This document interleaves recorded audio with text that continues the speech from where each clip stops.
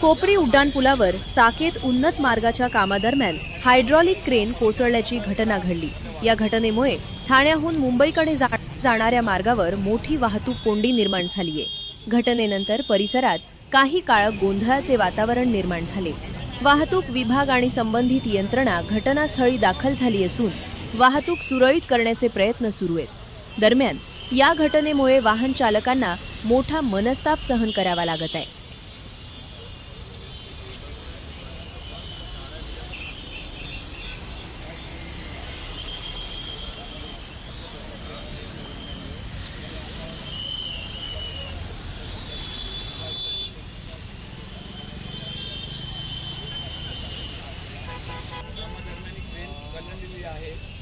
Elevated freeway आहे आपला आणि त्याच्यावर ते खारेगावपर्यंत त्याचं काम चालू होतं। त्या कामाच्या दरम्यान कंटिन्यू करत होतं। त्या दरम्यान टेक्निकल प्रॉब्लेम झाल्यामुळे ट्रेन स्विंग झाली आणि टिल्ट झालेली आहे।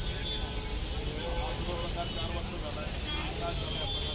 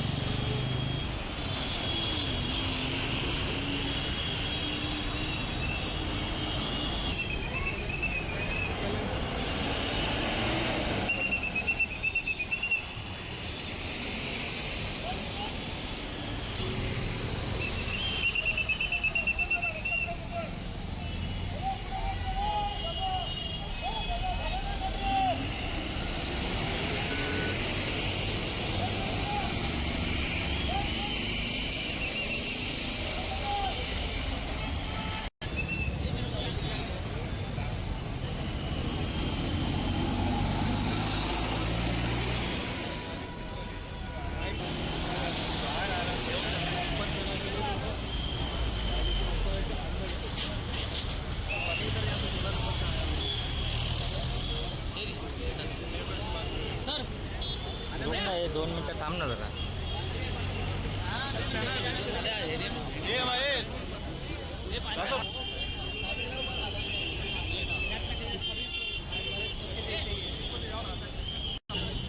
हे आलो थांब।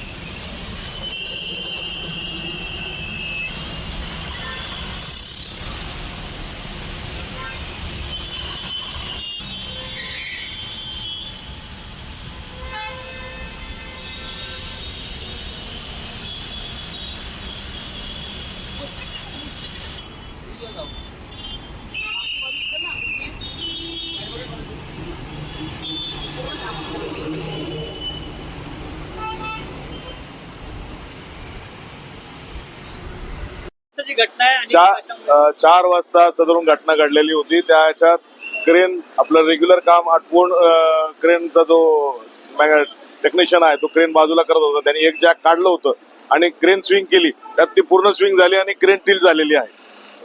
तर आता वाहतूक कोंडी झालेली आहे कुठपर्यंत हे backlog पोहोचलेलं आहे? सध्या आपल्याकडं ठाण्याकडची जी लाईन आहे ती नितीन ब्रिजच्या वरती आहे, नितीन जंक्शनच्या वरती, आणि जी मुंबईकडनं जी येणारी लाईन आहे ती मुलुंड चेकनाक्यापर्यंत आहे.